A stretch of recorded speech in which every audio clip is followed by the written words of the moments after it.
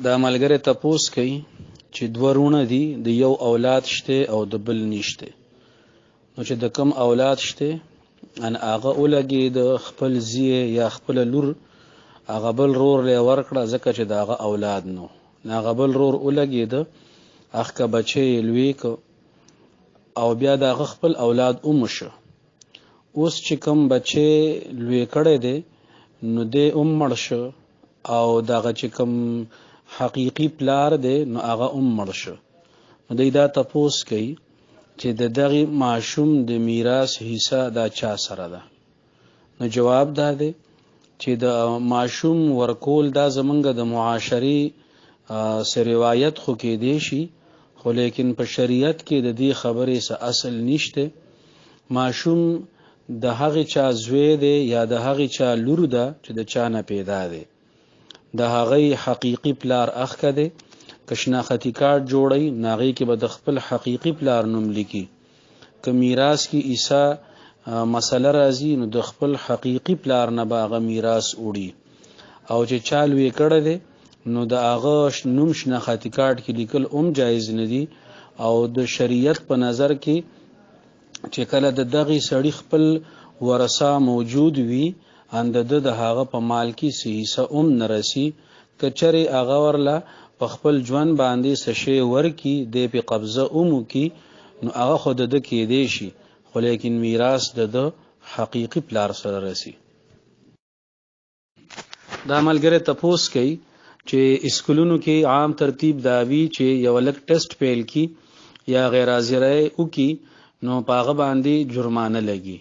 بیا د هغه جرمانی چې کله د اسکول ذمہ داران وصول کی نو د هغه د لګولو مختلف طریقې وي. یو دا چې هغه اسکول له کارونه په پروګرامو کې کلاس والے له پروګرامو کې یا هغه اسکول کې هغه خرج کیږي.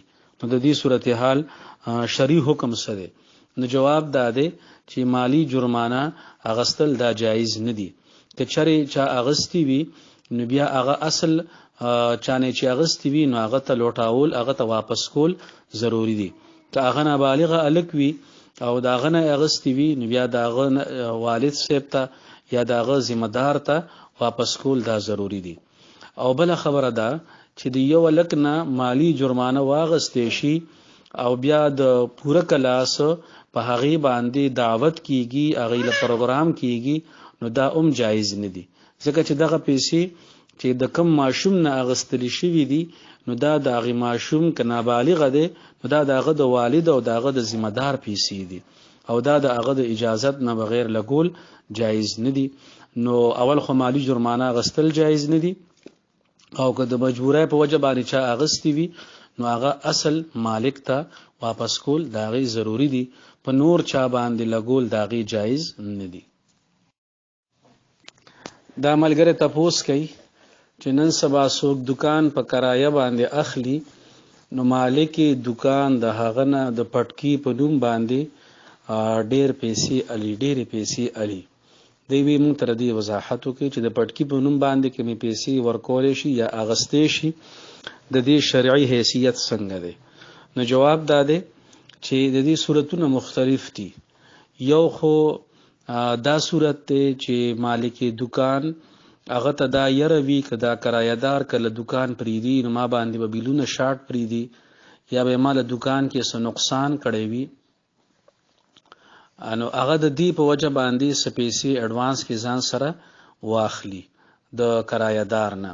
چې کله هغه دکان پریدي نو چې د ورته دکان کله پریدي انو دغه مالک دکان وګوري چې بل شارټ ته کنه ده د دکان صورتحال سده نو که څه فرق نوي نو هغه پیسې ورته واپس کی نو دی پیسو ته زر ضمانت ویل شي، دا جایز دي. خو دې کې دا خبره ده چې دا مالک دکان سره امانت ده. دویمه خبره ده بلکې دویم صورت ده چې د کله نا کله مالک دکان د ضرورت په وجباتي د کرایدار نه د یو سو میاشتو اډوانس کرایه واخلي او هغه ته وایي چې مثال په تور باندې د دکان کرایه 60,000 روپۍ ده، تماله د یو کال کرایه اډوانس راکا. نو د شریعت په اصطلاح کې دیتا اجرت معجله ویل شي نو دا جایز دی. دا به د کرایې په مد کې کټ کیږي، یا خو به د کال کرایه نه ورکوي او که کرایه لږه ورکوي نو دغه پیسې به هم په کرایه کې حسابیږي. د دین علاوه دا ډېرې زیاتې پیسې اغستل چې نن سبا هغه د ظلم حد ته خبره رسېدلې ده. 30 लाख روپۍ علي 40 اخلي. بعضې دکانونو هغه لوکیشن داسې وي چې هغوی 50 लाख پورې اوریدي دي چې هغوی دغه ایډوانس او د پټکي پیسې علي او بیا هغه قابل واپسی نه وي. نو دا ناجایز دي. د دې نه ځان ساتل پکار دي. مالک دکان له د دې خبرې احساس پکار دی چې دا کم دکاندار په دې کې خپل مزدوري کوي نو داغه نه دومره خطیر رقم اغستل آیا دا به د ظلم حد کې داخل وي او که به نه وي. هغې له په دې باندې سوچ پکار دی. الله تبارک وتعالی د زمونږ او ستاسو تمام معاملات د شریعت مطابق وګرځوي. دا ملګری تپوس کوي چې یو څو منزله پلازه ده، د هغې په لاندینی منزل کې عارضي د مونځ ځای جوړ کړی شوی دی او د هغې د پاسه د نوکرپیشه خلکو قیامګاه ده. هغې کې هغې پاتې کېږو مو هغې کې هغې باترومونه هم استعمالوي. په هغې کې د باقاعده فیملی یعنی خاندانونه پاتې کېږي. په هغې کې ښځه او خاوند وي. نو لاندې منزل کې مونځ کېږي، د پاسه دغه باترومونه هم استعمالیږي او د پاسه فیملی هم ده. نو د ښځې او خاوند به خپل تعلق هم وي. نو د جومات د پاسه د دې کارونو باره کې دی تپوس کوي چې دا شرعي حیثیت د دې څه دی. نو جواب دا دی چې دا منګ ورله د جومات نوم ورکړی دی. دا باقاعده مسجد هم نه دی، دا په شریعت کې جومات هم نه دی.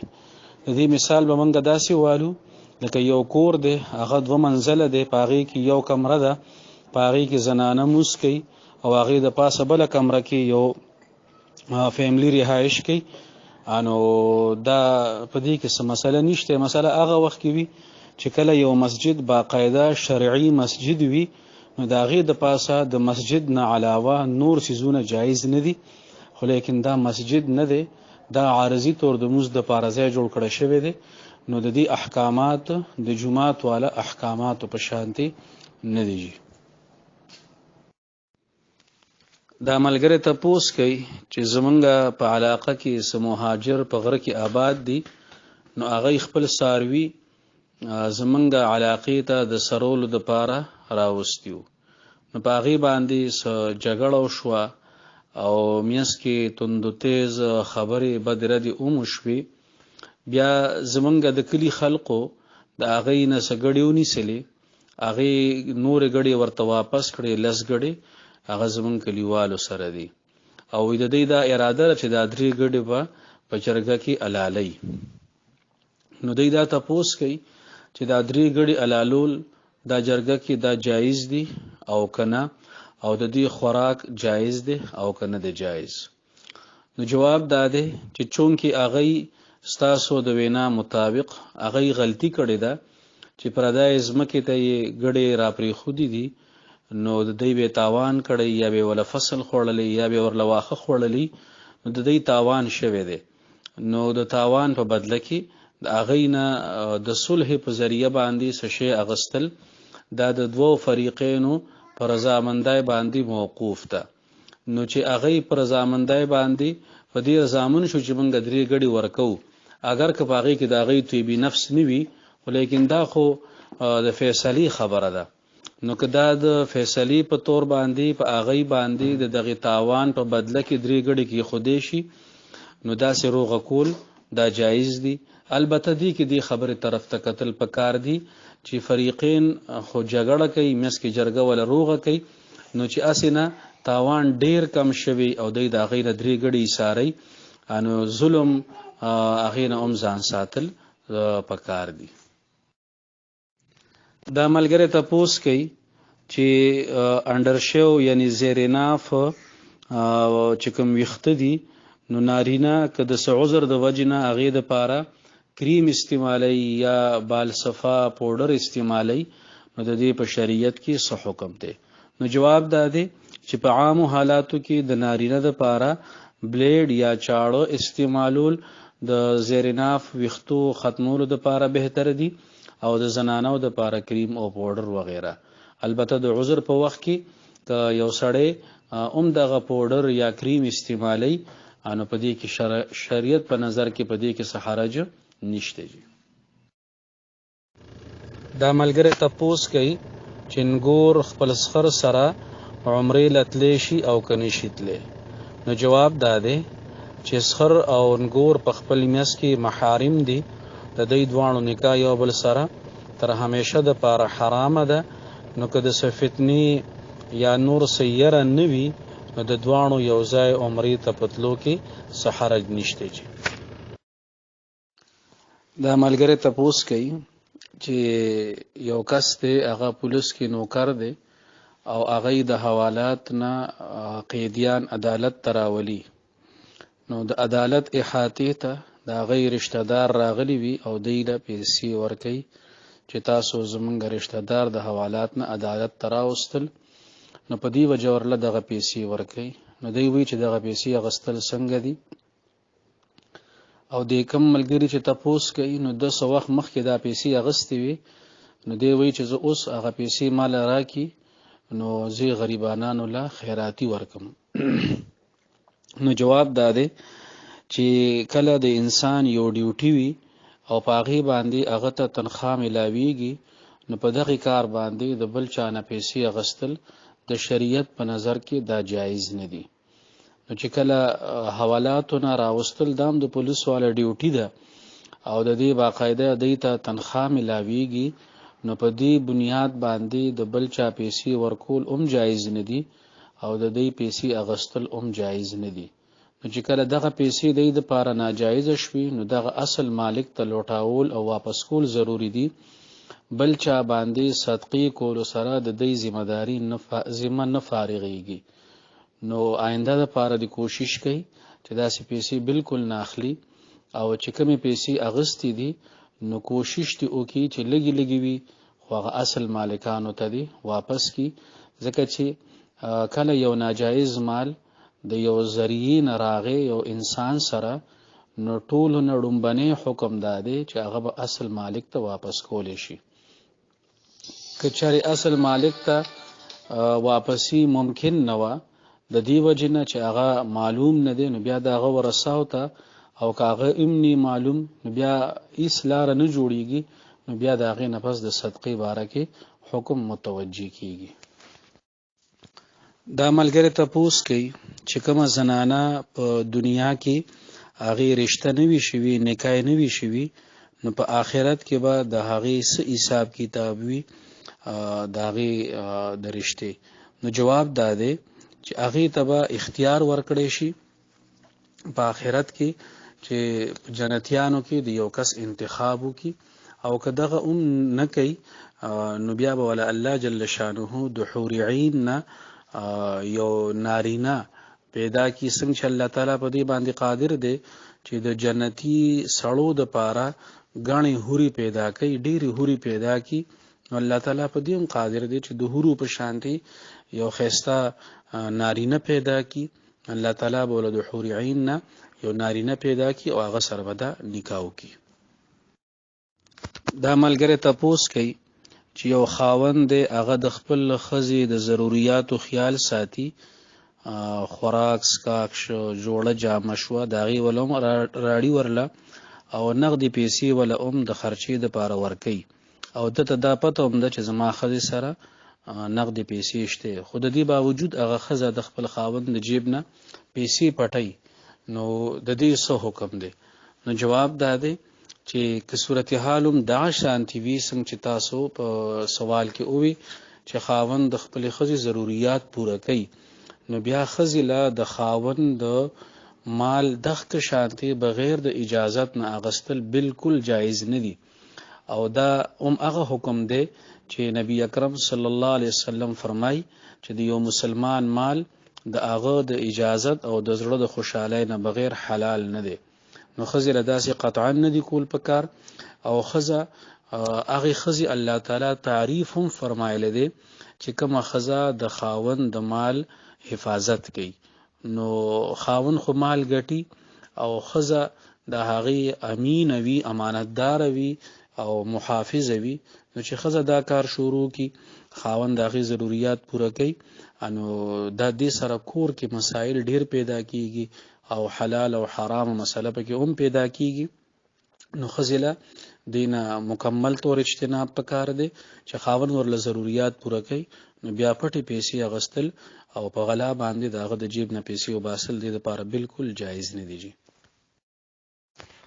دا ملګری تپوس کوي چې یو کس موز کوي او 3 آیاتونه ړومبنو کې داغه نه غلطي وشوه، مثال په تور داغه نه وو پاتې شو او هغه ته پته ونه لګېده او د هغې نه پس د نور سبق وی تلاوت وکړو او هغې کې 3 آیاتونه پوره شو، نو دا مونځ کیږي او کنه کیږي؟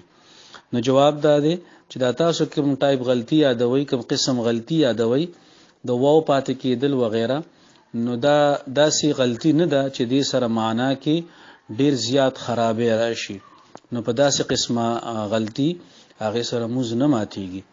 او باقی د دین علاوه که چېرې داسې یو قسم غلطي شوي وي چې هغې سره معنا کې ډیر زیات خرابې راځي، موږ ورته تغیر فاحش ورته وایو، چې ډیر لوی خرابتیا راځي، معنا ډیره خراب شي، نو هغې سره بیا مونځ ماتېږي. اگر که د هغې نه مخکې وروستو هغه قرات لږ کړی وي که ډیر کړی وي، خو د دغې معنی د خرابتیا د وجې نه پوره مونځ خرابېږي.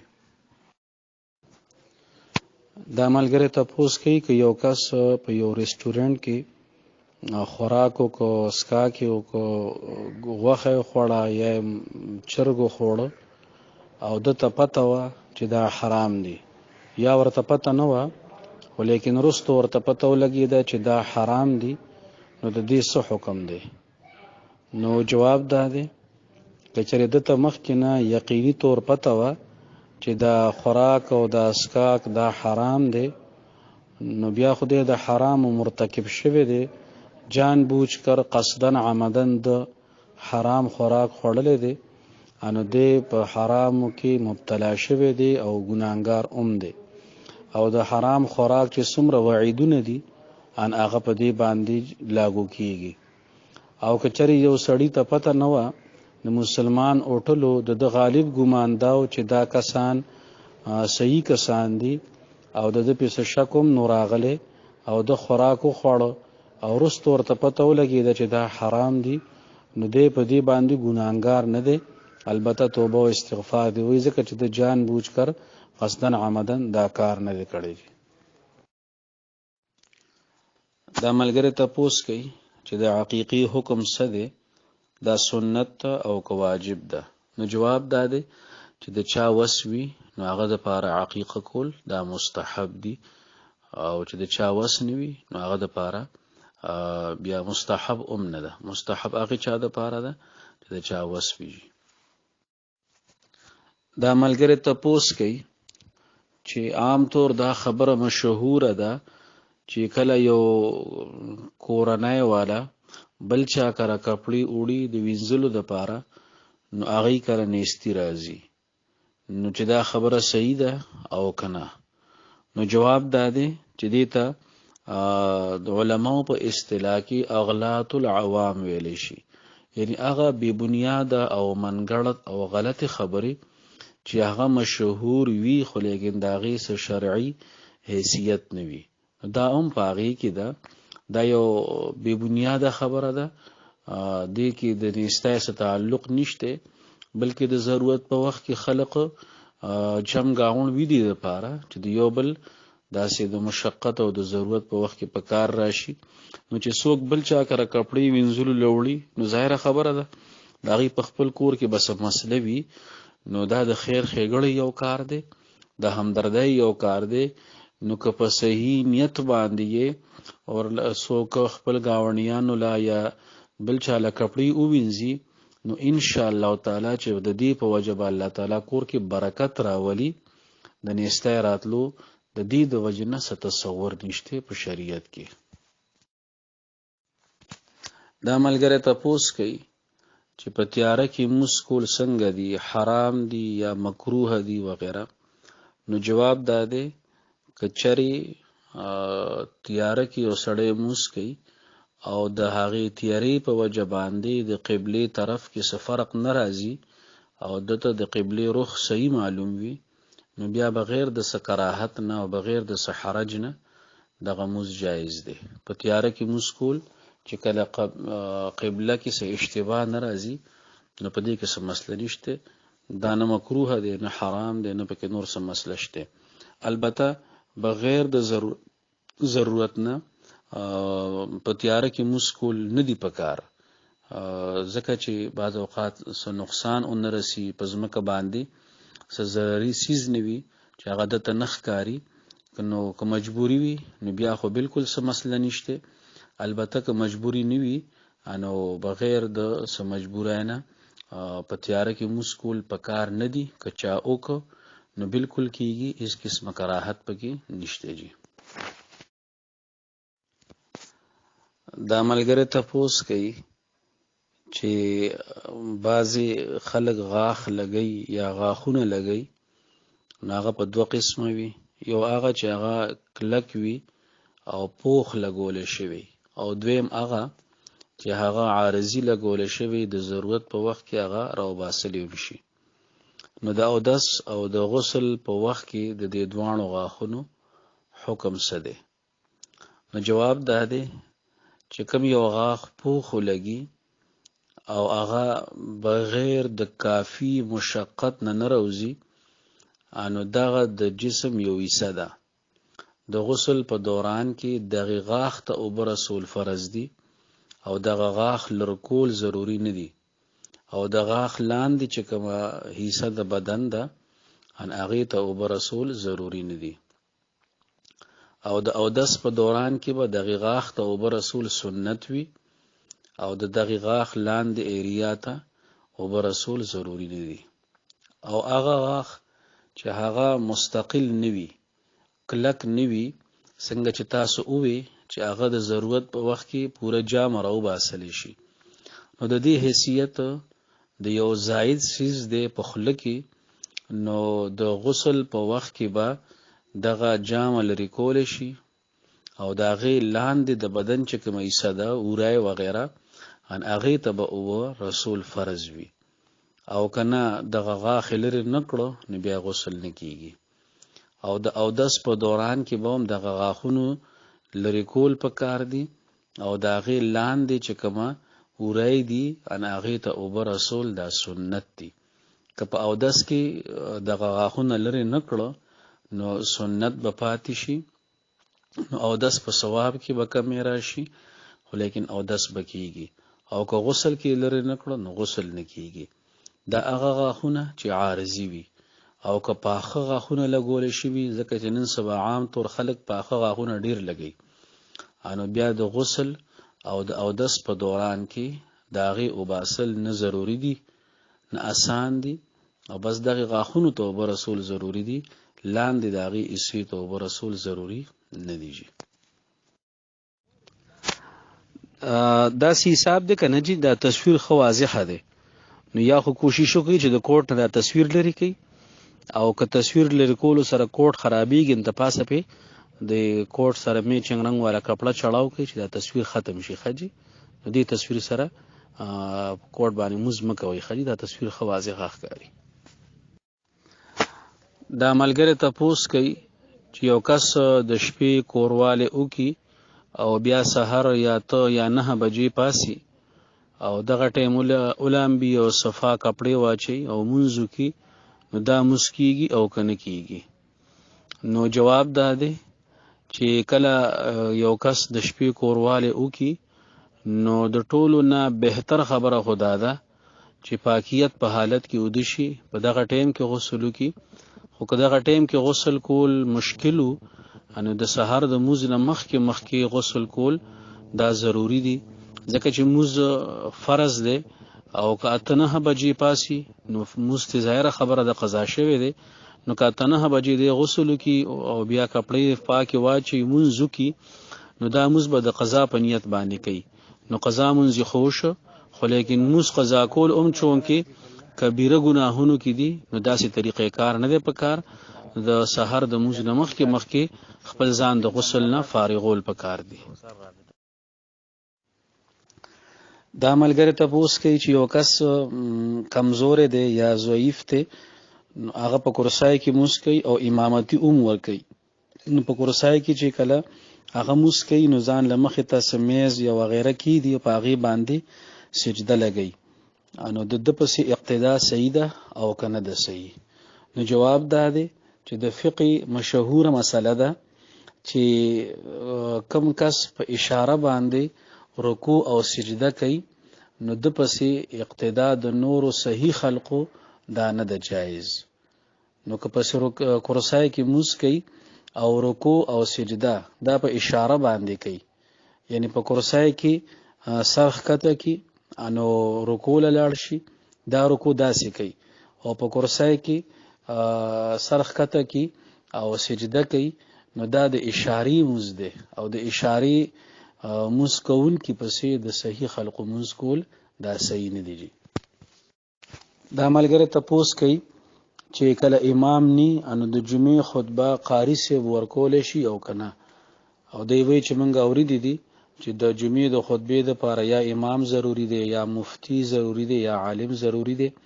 نو جواب دا دی چې دا اسی مشهور شوی خبره بوي، خو لیکن د جمعې خطبه دا یو عام سړی ورکول شي په شرط د دې چې هغه خطبه ورزيوم او الفاظم په صحیح طریقې سره ادا کول شي. په دې لپاره عالم کېدل، مفتی کېدل یا امام کېدل ضروری نه دي. بهتره دا ده چې څوک موز ورکوي د جمعې نو هغه د خطبه ووي، خو لیکن که د عذر په وجه باندې هغه خطبه نشي ویلې انو یو قاری صاحب دا خطبه ویل شي، په دې کې څه حرج نشته. دا ملګری تپوس کوي چې زمونږ دوستانو انو هغه سعودي عرب کې وو، نو هغه عمره کړې و یا حج کړو، لیکن طواف وداع نو کړي او هغه کینسل تللی دي او وطن کې دي پاکستان کې دي. نو هغه مونږ ته وی چې تاسو چې کله حرم کولاو شي نو زمونږ د پاره یو طواف وداع وکړي ځکه چې مونږ نه دی کړی. نو د دې باره کې تپوس کوي چې د دې طریقې کار څه دی، مونږ طواف وداع کولې شو کنه شو کولې. نو د جواب کې اوسو خبري تاسو ذهن کې کیدی. وړاندې خبره داده چې په عمره کې طواف وداع نشته، عمرې له یو سړی لاړ نو پاغه باندې طواف وداع دا ضروری نه دی. دویمه خبره ده چې حج کې طواف وداع واجب دی، کچره یو سړی طواف وداع اونکو نو په هغه باندې به دم لازمیږي. خو دې سره دا خبره ذهن کې کیدی چې تاسو د غي دوستانو نه تاسو کوي چې کله یو سړی حج کوي او حج کې چې کوم فرض طواف ته طواف زیارت دا غي نه پس کده نفلی طوافونه کړی وی یو یا ډیر او بیا دته د طواف وداع مکمل او نشوه نو دغه نفلی طواف په طواف وداع ته واړیږي او د طواف وداع به ادا شي. نو کچری د طواف زیارت نه پس یو نفلی طواف کړی وی انو بس دغه نفلی طواف د طواف زیارت نه پس دغه نفلی طواف دا به طواف وداع ته واړیږي، په دې باندې بل طواف وداع نشته. خو به هر حال راځو تاسو خبرې له انو د بل چا د پاره طواف وداع کول دا صحیح نه دي. کچری په دې ټولو طریقو کې یو طریقه باندې هغه طواف وداع نه کړي نو بیا په هغه باندې دم ورکول لازمی دي، او تاسو یا بل څوک دی وکیل جوړ کی چې حدود حرم کې دنه د هغه د طرف نه دم ورکیږي. دا ملګری تپوس کوي چې منګه یو بلډینګ کې پاتې کیږو نو هغه کې د باتروم نه بهر د چاردام د پارس تنظیم نشته. نو باتروم د هغه کې منګه ټایلټوم استعمال کو او بیا د هغه نه پس واش بیسن کې منګه چاردام کو. نو وی منګه ته چاویل دي چې چاردام بهر کول پکاري، خو زمونږ مجبوری ده نو منګه دنه چاردام کو. نو دا جایز دي او کنه دی جایز؟ نو جواب ده دی چې واشروم کې عام طور د اودس نه منع زکه کولې شي چې هغه کې د پاکیت ډیر اهتمام نوي، هغه کې چونکه کموډم لګیدلې وي یا داسې عام چې کوم د کورونو واشرومونه وي نو هغې کې واړه هم هغه استعمالی، نو که هغې کې بنده استعمالی نو که پلیتي وي نو بیا د نورو ځای د بدن پلیتېدو خطره وي. خو لیکن که چېرې واشروم داسې وي چې په هغې کې د صفایۍ انتظام وي او څه ګندګي ښکاره نه وي نو واش بیسن کې په باتروم کې دننه چاردام کولو کې هیڅ قسمه حرج نشته، بالکل جایز دي. او تاسو په زړه کې د دې باره کې څه وسوسه هم مه ساتئ، مجبوري هم ده، او که مجبوري نه وي هم خو لیکن که د واشرومه د صفایۍ اهتمام وي نو بیا په واشروم کې دننه چاردام کول خو هغه بیسن کې وي یا د بیسن نه ښکته وي نو په دې کې څه قسم حرج نشته. دا ملګری تپوس کوي چې یو سړی کوټ اغستی وي او د هغې په جیب باندې د جاندار یا د غیر جاندار تصویر وي نو په هغې باندې موس کېږي او که نه کېږي. نو جواب دا دی که چېرې دغه تصویر واضحه وي او ظاهره کې ښکاري نو په دې سره خو موس مکروه تحریمي دی. البته که هغه تصویر ډیر وړوکی وي، معمولی وي، ښکاري نه او یا ښکاري خو لیکن هغې د پاسه څادر واچولی شي یا د پاسه پې بله کپړه واچولی شي او هغه پټ کړی شي نو بیا هغې سره موس جایز دی. دا مسله هغه وخت کې ده چې کله په هغې باندې د جاندار تصویر وي، او که داسې د فروټو تصویر وي یا داسې بل څه تصویر وي خو هغه جاندار نه وي نو بیا په هغې کې د موس کولو باندې څه حرج نشته.